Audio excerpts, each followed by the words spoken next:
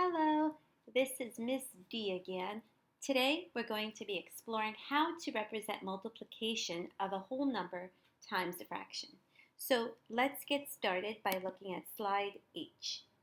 Okay, so go ahead and try to represent 6 times 3/8 in as many different ways as you can think of. Then solve, and finally rename your answer as a mixed number. All right, go ahead and pause to think. When you're ready, go ahead and press play again. Okay, so what ways did you think of?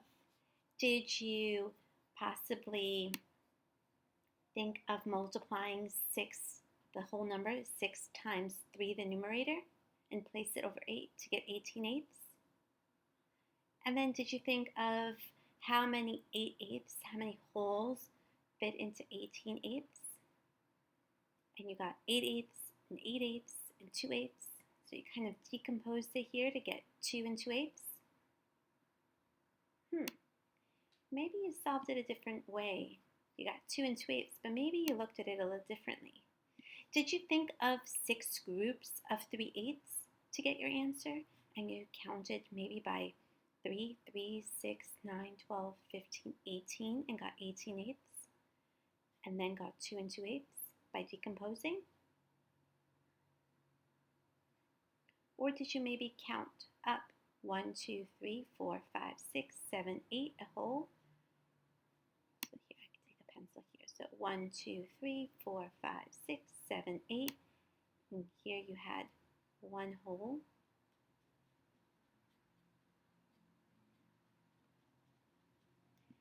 And then did you keep going? 1, 2, 3, 4, 5, 6, 7, 8.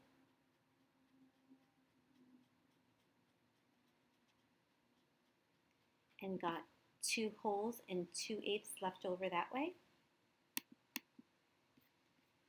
Or did you think of solving it slightly differently by multiplying 6 times 3, getting 18, and then multiplying by that unit fraction? Did you think of maybe using repeated addition, showing 6 groups of 3/8 and adding them up? Or maybe you thought of using a number line and you did 6 jumps of 3/8. And then you saw you landed on 2 and 2/8.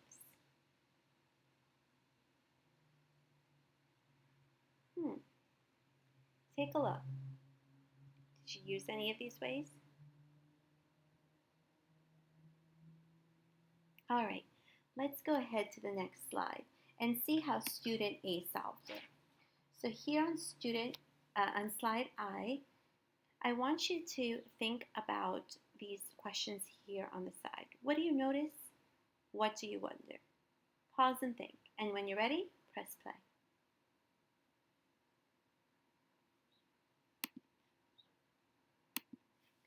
Did you notice that they multiplied the whole number by the numerator? So you can see that here. They multiplied the whole number by the numerator. And then place that product over 8. Did you notice how they got 2 and 2/8? Seems like they counted by 8s. 8/8, 16/8, that's 2 wholes. And then they needed 2/8 more to get to 18/8. Did you notice how they used a tape diagram to show the 6 groups of 3/8? Do you wonder if this would work every time you multiplied a whole number by a fraction? Could you always multiply the whole number by the numerator and then place it over the denominator? What do you think? Yeah, you could.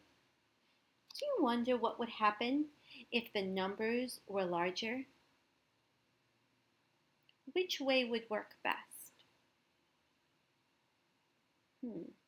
If I had maybe instead of 6 times 3/8, if I had 24 times 3/8, if I leave that fraction alone, just change that whole number, That would be a lot of little boxes to draw here for my tape diagram.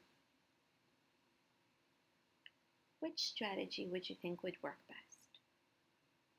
Yeah, I think so too. I think this way would work best too. Okay, let's take a look at slide J. Okay. To summarize your learning, record your response to this question. How can we represent multiplication of a whole number times a fraction? So I want you guys to pause and think and answer this question. When you're ready, press play.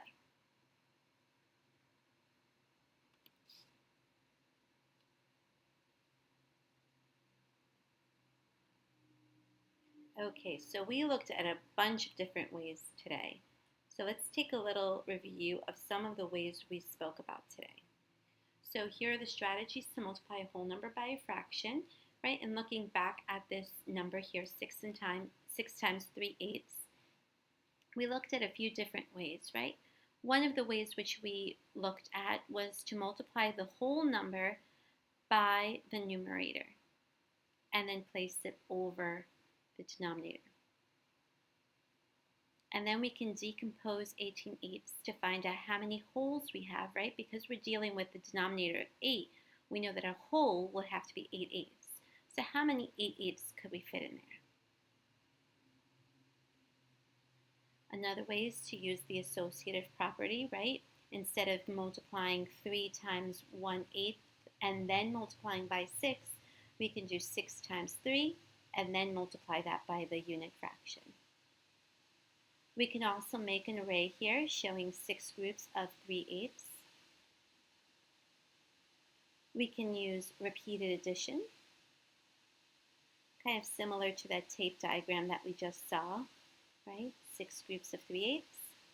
And we could even use a number line to show those 6 jumps of 3/8 and landing on that 2 2/8.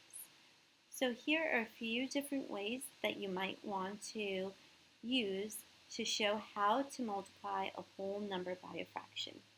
Well, we've come to the end of this video segment. Continue looking at the other slides for some more practice. I hope you found this video on how to multiply a whole number by a fraction useful. Great job today. See you next time. Bye.